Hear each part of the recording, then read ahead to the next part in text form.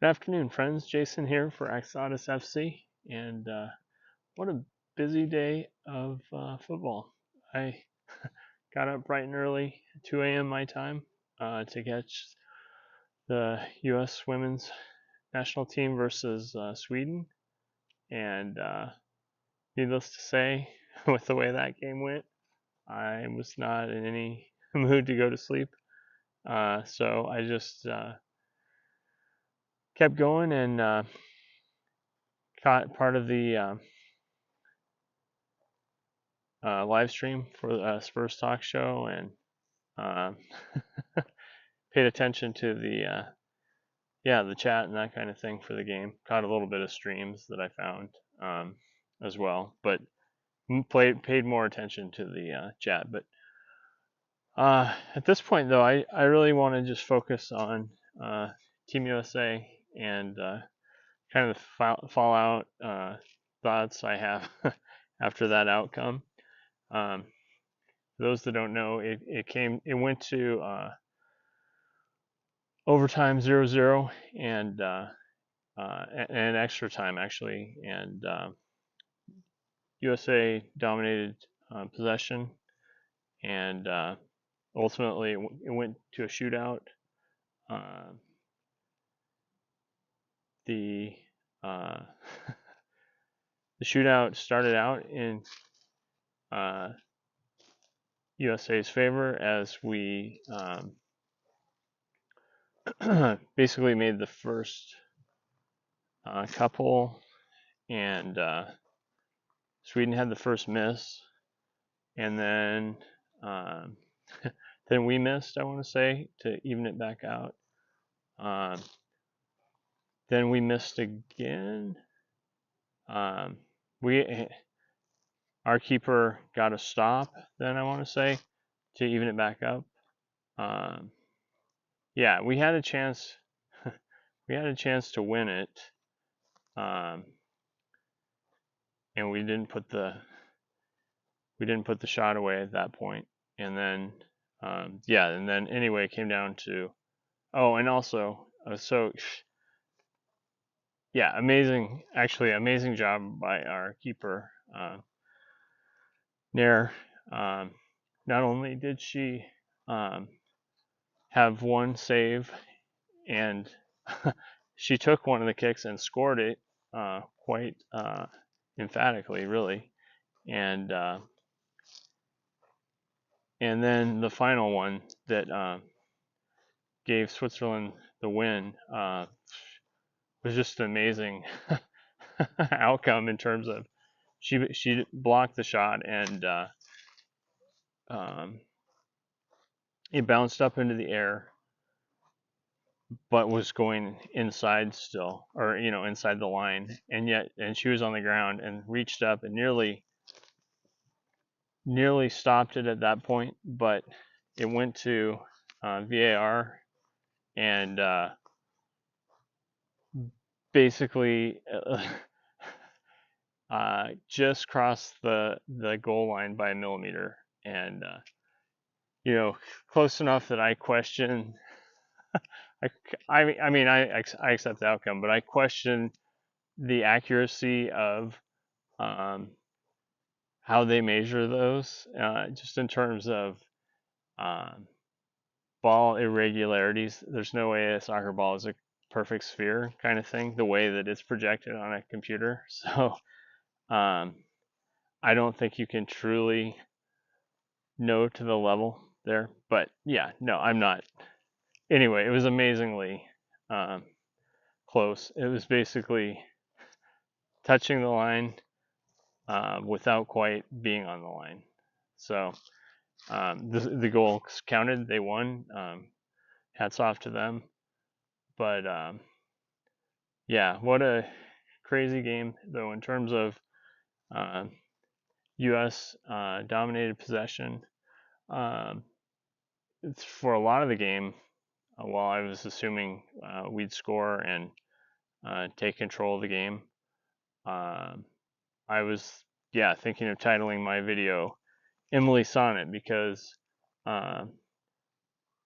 coming in off the, as the replacement for suspended Rose Lavelle, player that's kind of utility defender for Team USA, rarely, in fact, never has gotten a start, I don't think, in World Cup play at any rate. Anyway, she was playing that 6 role in a double pivot with Andy Sullivan, and suddenly all our midfield woes that we've had in the tournament went away. We were in control of the game. She looked fantastic. I've never seen her look better. And Sullivan was playing equally well. Yeah, everything was clicking except for our finishing, essentially. We were getting good chances and had several shots on target throughout the game and just never got it quite to happen. And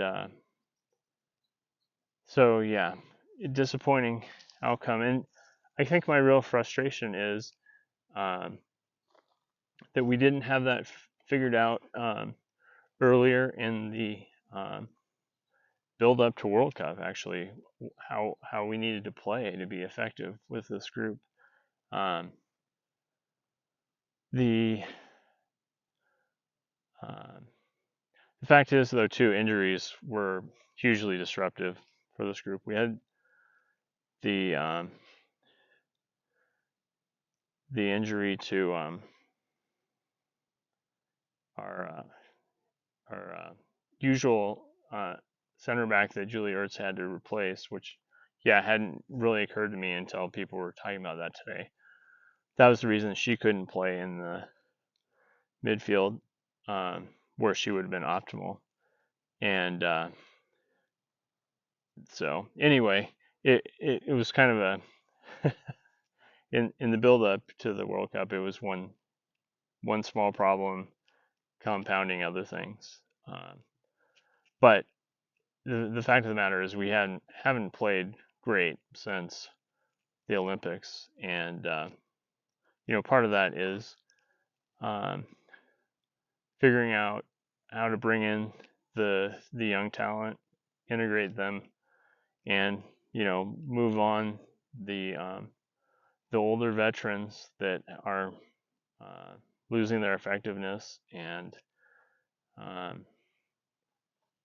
so the other big elephant in the room, Megan Rapinoe should not have been brought for the World Cup this year, and she was not every single appearance she made, and she was coming off the bench too. She was not up to the level, and and it's frustrating too. And I feel bad for her too, in the sense that because of who she is and the outspoken advocate for so many important things, there are a lot of people of particular political persuasions that are just waiting for her to fail, and they just love piling on in situations like this where, like missing a penalty badly or just underperforming in the games when she comes in, not being to the level that she was for so much of her career. And so, it was very frustrating and sad to see that happening. The other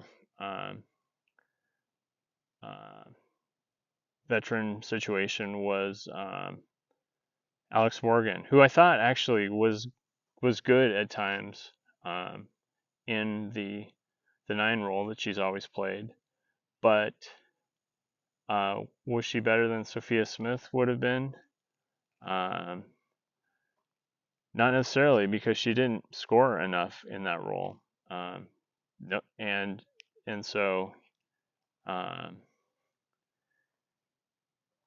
it's tricky. And of course the the other issue too was with our midfield when we had both Lavelle and Haran and playing both at the same time, and they're both essentially variations on the 10 spot in terms of being the attacking creative midfielder. I think Lavelle plays a little more defense than Haran, maybe. But yeah, definitely. I mean, I think back to when we won the World Cup last time, Haran didn't actually play all that much because, Sam Mewis was next to Julie Ertz. She's, that was definitely more of a double pivot situation then too, where we really were able to control the games. Mewis was kind of more of a, I guess you would say probably more of like a box to box role, where when she would score, it would be like, in the corner situations, dead ball situations. Otherwise, she's mostly just defending and and getting the ball up the field. And I think of that the play where she passed the ball ahead to Lavelle when we got the win against Netherlands. So anyway, injuries, missing players, so many things got in the way of making it happen this time around, and so frustrating tournament. And and then the other issue is Vlatko, and he wasn't ruthless enough with moving on, older players, not bringing them. He didn't tactically have a solid plan 2 years ago that we stuck to, and so I think his time is done, presumably, and I'm wondering where we go from here, other than, the reality is we have a great core of young players. Naomi Girma was an absolute revelation at center back for us. Fantastic. Future is bright there, but we're going to need a partner for her that we can rely on, and hopefully is just as good, because Julie Ertz is of the age where she needs to be. She'll be retired. She should be retired by the next World Cup. And so a lot of questions as to what we'll be doing for the Olympics, and